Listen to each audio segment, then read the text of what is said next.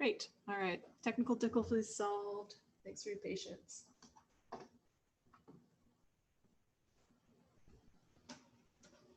Hey folks, hello and welcome to Three Things. My name is Emma Cooper and this is the Tyee's live streamed conversation show where we get to pick people's brains about what they're thinking about in the media, in politics, and about issues that matter. And I'm very, very happy today that we get to talk to Paul Willcocks, who is a senior editor with the Tyee. And I'm live streaming in from unceded territory of the Musqueam, the Squamish, and the Tsleil-Waututh. And Paul has been social distancing from the rest of the Tyee team for well before it was necessary. He's coming at us from Victoria, and he's on the territory of the Songhees, the Esquimalt, and the Lekwungen-speaking people. And Paul has a very long history in media, and I'm really excited that we get to pick his brain today about his perspective. He got his start at The Advocate in Red Deer. He was doing everything there from court reporter all the way up to editor and then publisher. And he's literally been a publisher at daily newspapers coast to coast in St. John, New Brunswick, and Peterborough, Ontario. And his last daily news gig as a publisher was for the Times Colonist in Victoria, which is the ultimate game in Canada. Just move over to where the weather's a little bit better. So he's managed to do that. He's an asset to us here at the Tyee. Please give a warm online welcome for Paul Willcocks. Hi, everyone. Hi, Emma. Beautiful. The grand entrance. I love it. Thanks for the patience with the technical difficulties there. And how are you doing today, Paul? Very well, thank you. And it wouldn't be media without technical difficulties. Yeah, and you're here to really talk about some of those technical difficulties today. And before we kind of get right into that, can you just tell us a little bit about this very splendid backdrop that you were zooming in from? Because this has got to be the best backdrop we've seen so far. No, I definitely rented this space just so that it would be a very good thing. No, my partner and I, since we came back from Central America about 4.5 years ago and weren't sure how long we were going to stick around Victoria, so we decided to see if we could try house sitting. And 4 years later, we're still living in other people's great houses and looking after their fun animals. It sort of fell apart during the pandemic because for 4 months nobody traveled, but things are looking up again. Well, I'm really glad you landed an especially glorious place to be for this Zoom call. So thank you for that. And again, excited to talk about you. You're going to talk about sort of the collapse of traditional media and what may replace the dying models and sort of the Tyee's role in all of this. Could you maybe give us, you've had the front row seat in daily news, which hasn't necessarily transitioned so gracefully into whatever it is we're doing here in 2020. Could you kind of walk us through what you've seen on the sort of front lines of the shifts in media? Yeah, I mean, it's been pretty dramatic. And I did a series of blog posts a few years ago, all titled How I Killed Newspapers, because I was I was running them at the time when we were really going downhill quickly and obviously not dealing with it successfully, but that's dramatically accelerated. And I think the biggest concern for me is that the traditional media played a really important role, not always well, for sure, but a really important role in the way our democracy works, in the way our society works, and holding things together. And even up to now, even as we've seen how badly things are going, we really haven't talked about that enough, thought about that enough, or come up with new models to replace it. It was, and it's really striking how much our society has changed. In part, those changes are what's made it so difficult for traditional media, but in part, they're also a result of what's happened with traditional media. And for the most part, the changes aren't good. They're destructive. They're making it harder for us to function as communities. So I think those issues are still there, and we haven't come close to grappling with them or figuring out solutions. I mean, yeah. And do you find that there is, in terms of the discourse around the role that media should play, do you see people getting stuck in the sort of minutia of things and losing sight of the big picture? Where do you think the conversation really needs to focus in on? Yeah, I think it really needs to focus in on what role they used to play and what we can possibly do to recreate some version of that role. I mean, to my mind, it was really striking 30 years ago in a city like Vancouver. Probably 3/4 of the population would read the Sun or the Province on a typical day. And you could obviously debate the quality of the content, and obviously Vancouver is a really different place now than it was then. But what that provided was when you came together to talk about a community issue, there was at least a sort of a common base of understanding when you had coffee in the morning at work or when you talked with your neighbors about it. You had a shared base of information. You might totally disagree about solutions to problems or even how severe the problems were, but you could have that kind of dialogue. And we've really, really lost that as those media have disappeared. I think what you're saying right now is fake news, so I don't know what you're talking about. Yeah, exactly. People can sort of seek out what works for them very easily. And what works for them often tends to divide us really dramatically. So we've lost the ability to have those kinds of dialogue. And in Canada, we tend to really point to the United States and say, look how divided, look how terrible they've become. But the situation's not much different here, really. When you look at some of the polling around big issues, you're beginning to see two camps that can no longer even really talk to each other. There was the poll last year on immigration, and I think among liberal leaning supporters, about 8% of people thought that immigration of people of color, the question was talked about visible minorities, but that's what it all ended up meaning, was an issue to be concerned about. But among conservative supporters, it was like 55%. On climate change and the environment, it was the reverse. So what you end up with is, I mean, it used to be at least that people could agree on the problems. They might come up with really different solutions. You know, if there's long waits for knee surgery, some people might say, well, start private clinics and let people pay to skip the queue, and others might say, build a stronger public system. But at least you're debating an issue. If you no longer even agree that that some things are problems, if 90% of the people who support one party don't think climate change is real or serious, then as a society, how do you have those kinds of discussions? I don't know if we're going to solve this one in 30 minutes, Paul. We've got lots of time left. I'm sure we can figure it out. And then the other thing we've really lost is simply the number of people gathering news and presenting it. You know, typically the newsrooms are probably half the size they were 15 or 20 years ago. And that just means less people out there doing the work. So we're not on the same page. There's less people able to report on the pages that we do have. So that's quite the landscape. Before you talk about sort of the models that are emerging that are a little bit promising in this, I will just encourage anyone to ask questions of Paul. He's got tons of experience, so put your questions in Zoom or Facebook or YouTube, and they'll get here, and we'll try our best to answer them. So again, just to add one, where's the hope? No, before we get to hope, I'll add one more. Oh, it's worse. Bad development. Yeah, so, or certainly another development that should really alarm people is that newspapers were cheap. TV and radio news that was widely shared was free, and even if you couldn't pay for a newspaper, you could usually find one somewhere. So the access to information was really, really common. And now what we're seeing is increasingly through paywalls and subscriptions, you get information if you can pay for it. And the more you can pay for it, the more specialized and valuable information you get. So we're creating yet another form of information inequality to add to all the other forms of inequality we've got going on. So that's sort of the trifecta of really, really bad things that are happening right now. We're siloed, and we're reinforcing our silos by going to websites and that support our views and not hearing from anybody else. We're getting way less reporting and commentary than we used to. And people who have money are getting access to information that gives them an advantage in our society. So it's sort of a triple threat that's happening to us. Right.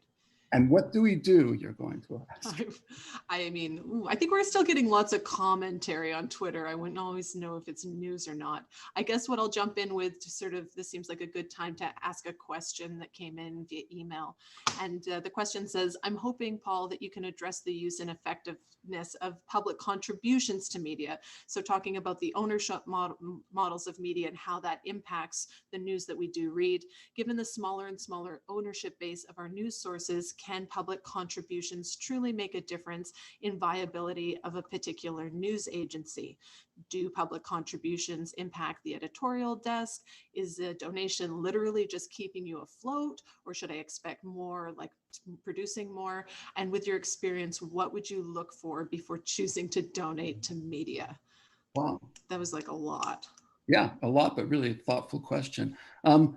I mean, I'm obviously, as someone working with the Tyee, I think public contributions, reader support, reader voluntary support, especially continuing support, are really, really important, because there aren't that many alternatives at this point. The Tyee could put up a paywall and try and convince people to pay for our content, but that would start to exclude people. And what you see with many publications is that does really torque the kind of coverage they do, because now they're looking for stuff that people will feel compelled to click on, even if it's not particularly useful, even if it doesn't represent any sort of public service journalism. So you could go advertising, and that raises those same kinds of perils. So for us, and I think for the media generally, if people can support media that they think are doing important work, especially ones that are filling gaps, then that's one of the strongest ways to ensure that they survive and thrive.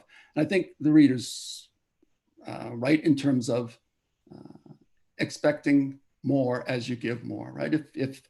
If you're giving $8 a month to a publication, or $10 a month, or $15 a month, and you decide, well, they're doing a great job, I'm going to go to 40, then you have a right to get accountability and explanations of the kind of work they're doing and why they're doing more of it. I wasn't entirely sure if the reader meant public funding in terms of taxpayer funding, and that's a sort of more complicated subject to get into, because it's so easy for the money just to go to prop up corporate owners that are not going to reinvest the money in commentary and reporting. Well, fair play. So that's giving a little bit of a taste of sort of the different ownership models. And you've sort of said, let's talk about models. What's kind of working? What's a little bit hopeful here? Are you going to dash my hopes against the rocks? No. I think what we're seeing is a great wave of experimentation right now. And I think I worked for sort of corporate owners and a private family who owned a couple of newspapers that I ran, and foreign owners. And I think what we saw with corporate owners was a real inability to look beyond the next month or the next quarter. So there was, when you look at Postmedia, for example, there's been no real investment in the newspapers in the 10 years that they've owned them. I'm not sure that would have helped, all things being considered, but that didn't happen. And it also meant they had sort of Postmedia had a one size fits all. So when they made a change, they made to content or to the way things appeared or to their online presentation, it was the same for Vancouver as it was for Regina, as it was for Montreal. And we really, really lost the opportunity for newspapers or media outlets generally to try their own experiments and see what worked in their communities. And we're seeing that beginning to happen now on a smaller scale as people try models like the Tyee. Tyee was certainly the first of doing this such a long time ago, but others are coming out, and you're beginning to see people, I think, and I don't want to be overly optimistic, but recognize the importance of this kind of work and do things to fill the gap. But that's the other problem, or the other really interesting problem for me, is that how much do people value this? How much do they need it? How much do they want it in a time in which they're increasingly engaged in their own worlds? When I was publishing the Times Colonist, we were trying to figure out, how to thrive, what people wanted from us, what they needed from us, and brought up this hotshot researcher who was very much in fashion at the time.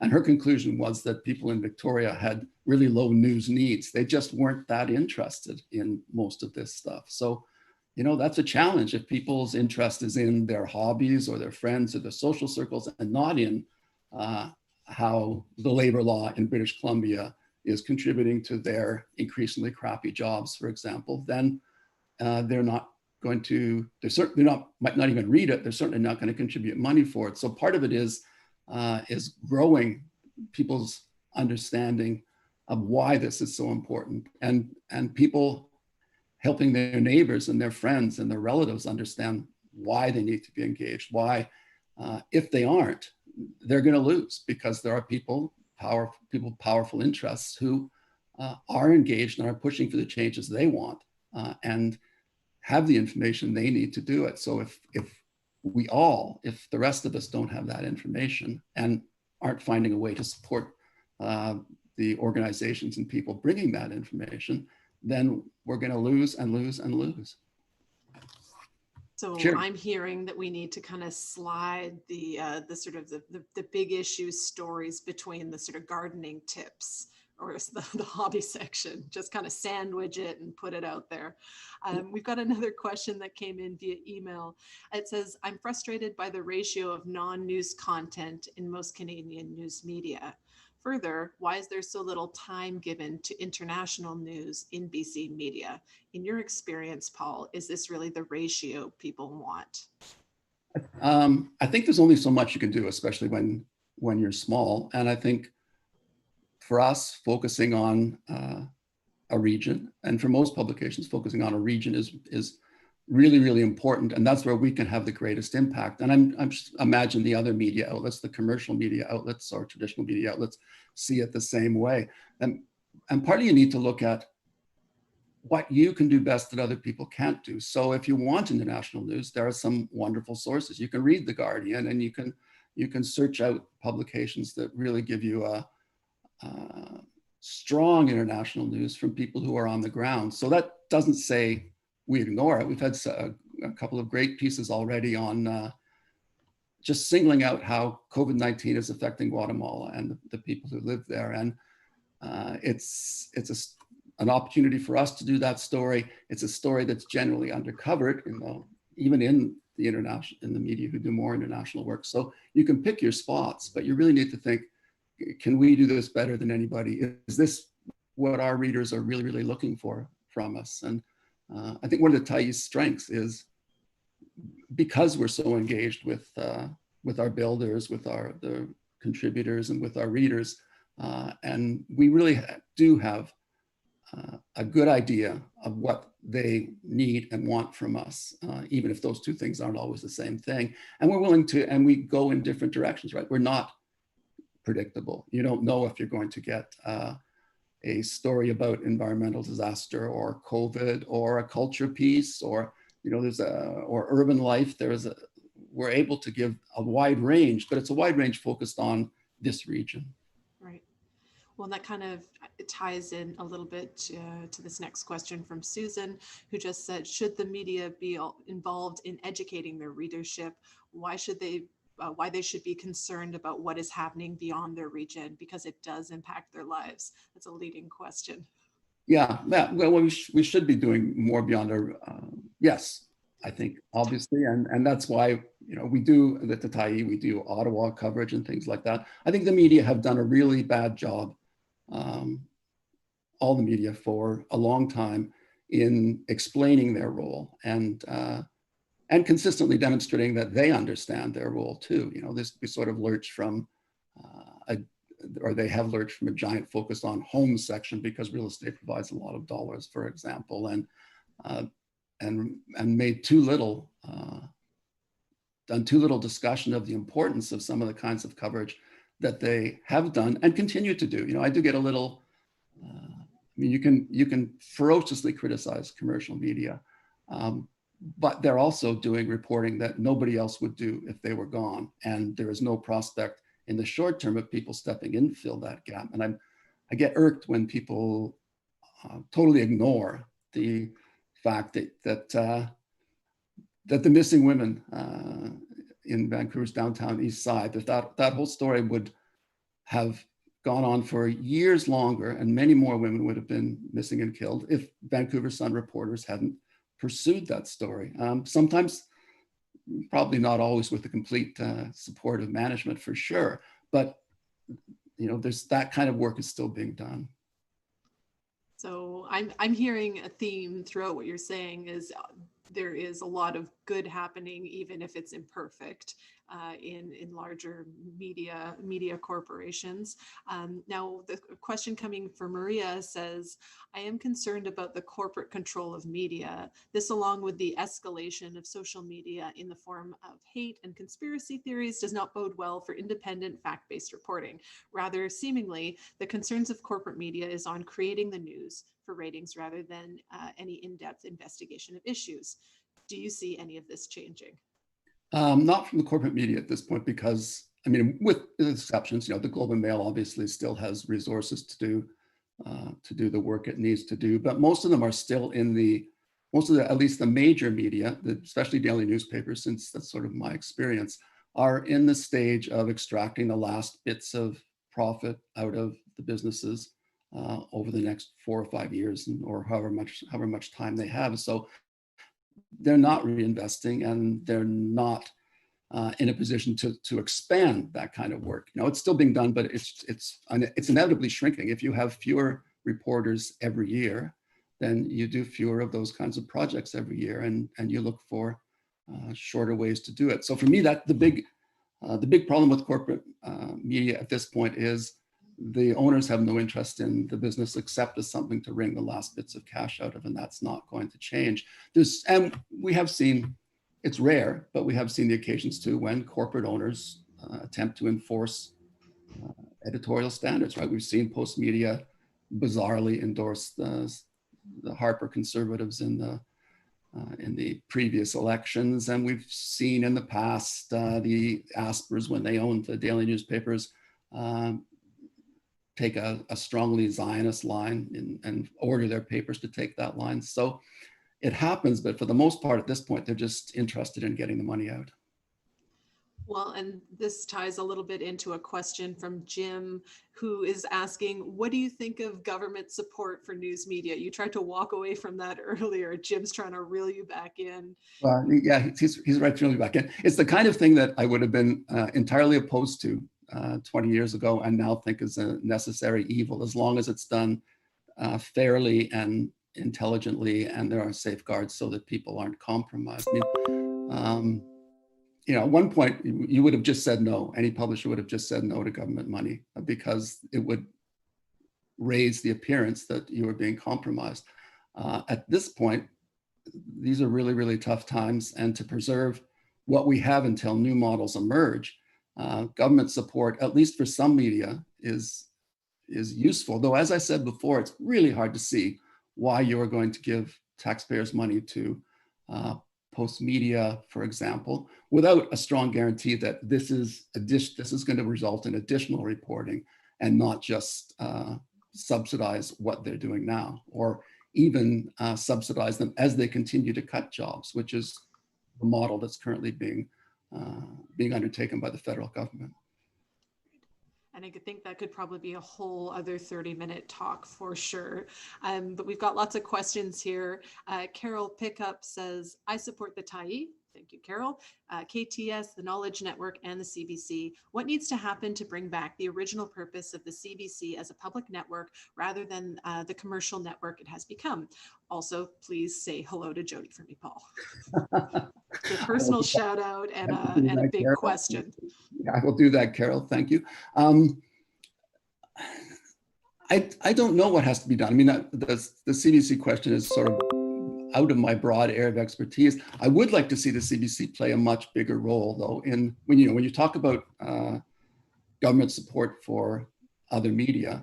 The CBC could easily make its content available for sharing by other media, or it could do little things like just saying, yeah, we're not going to enforce the copyright on our photos and videos. If you want to use them in the Peterborough News startup, go ahead and use them. And that wouldn't cost them anything, wouldn't be a huge blow to them, and would make them part of the media infrastructure in a supportive way. Rather than right now, it sometimes feels they're, I mean, everybody's competing, but it sometimes feels like they're a competitor with a strong head start. Right. Well, and I'll just say, this is less of a question, more of a comment from Nathan, but I'll throw it into the mix. He says, housing is the #1 issue in Vancouver, Burnaby, and New West. However, traffic transit is the #1 issue in most other cities. We need to do much more on transportation. So we're just getting folks just throwing some editorial comments out there, because we know you're an editor, Paul. So good on you, Nathan, to put your 2 cents in there. You've highlighted a lot of things. You've answered. There's been a lot of great questions. What in this sort of landscape where we're seeing it's challenging for media, it's shifting quickly, it's getting less resourced, what's the Tyee role in this landscape moving forward?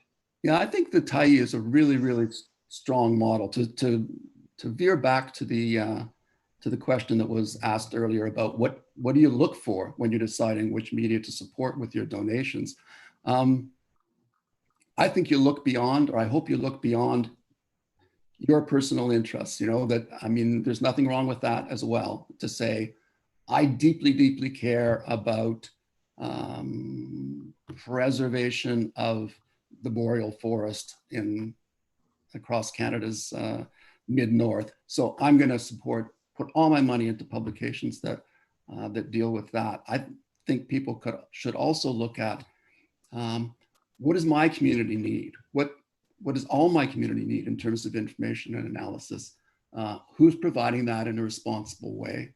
Who's showing the capability of doing that on an ongoing basis, or at least unveil really, really good plans, right? I mean, there's nothing wrong with experiments, but look beyond your personal interests and look to what's the community need, who's providing the information the community needs. So for some people, when you think of community in terms of this region, the Tyee is an obvious choice. But if you live in Smithers and somebody's starting a news outlet to cover Smithers because they don't think the local paper, though it's actually pretty good, but the local paper up there is doing a good a job as it could, then support them as well. And so people do need to be strategic, and I think they can be quite demanding in terms of accountability. So good tips there. And you're saying Tyee's providing a model, which is great. We feel good about that. There's another question. The questions are not stopping for you, Paul. Trevor says, the Toronto Star just changed owners. They say that they would uphold the Atkinson's principles. Could you comment on that?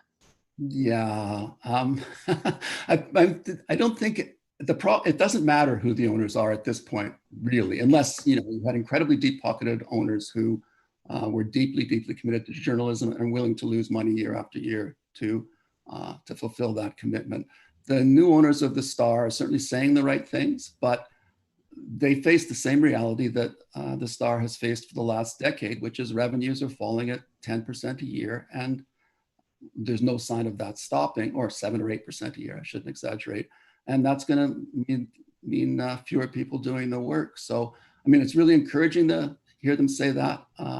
Hopefully they'll invest money in experiments to increase those revenues, stop the flow, find different kinds of revenues either from readers or special projects or whatever. But I don't have much confidence that they're going to succeed in that, or that they'll be prepared to absorb the kinds of losses that would be needed to do it over the long term. Hope I'm wrong, for sure. You're kind of cheerful in your cynicism, and I really like that. That makes for a better live stream. So kind of to wrap up, you're talking about, what I'm hearing is that there's a lot of people, individuals doing really good journalism despite the business model of the organization. It could be at small or big organizations. So there is great journalism out there. You mentioned talking about the impacts on our conversation being on the same page in society. Any last comments on sort of the big picture lens on journalism and how we kind of move forward together as humans? I think that a thing I'd like to leave people with is that this is a crisis, and it's not a crisis of media or for journalists or for shareholders or anyone. This is a crisis for our society and for our democracy. And we really need to treat it as a full-on crisis at this point. If there are no or fewer and fewer reporters shedding light on things, holding governments to account, even given that we may have done that imperfectly for a very long time. If those reporters and analysts aren't looking at what corporations are doing when they're out of sight, how governments are treating people, what the issues that that are going unaddressed, then we're all in big trouble. And what happens, as we've seen, is that powerful people can create their own myths. They can create the myth that wealth inequality is inevitable in Canada. And if that's not challenged, if journalists aren't playing a role in challenging those kinds of myths, things are going to get worse and worse for more and more of us. So it's hard to cover all these topics in half an hour, but if everyone would think crisis, I would be happy. Crisis is the crisis with a smile is how we're going to end this live stream. And thank you. I know you've just got a ton of experience, and it's amazing to have someone summarize something as complex as what's happening in the media as gracefully as you just did. So thank you so much to you, Paul. And next week, we're going to have Brian Carney, who's our technology and investigative reporter, tuning in on this live stream as well. So till next week, thanks so much for tuning in, and thanks for all your great questions. Bye-bye. Thanks, everyone. Thanks, Emma.